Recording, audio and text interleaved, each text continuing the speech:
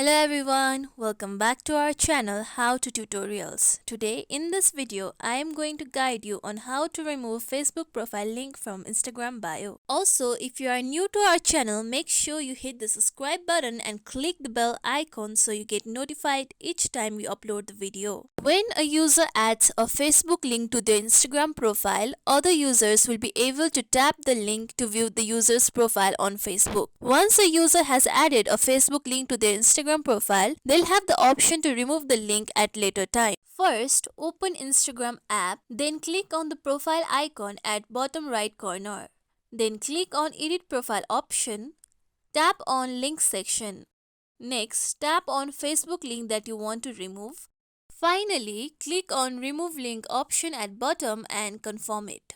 This is how we can remove Facebook profile link from Instagram bio. If you like today's tutorial, make sure you like, share, subscribe to our channel for more tutorials like this. Thank you for watching.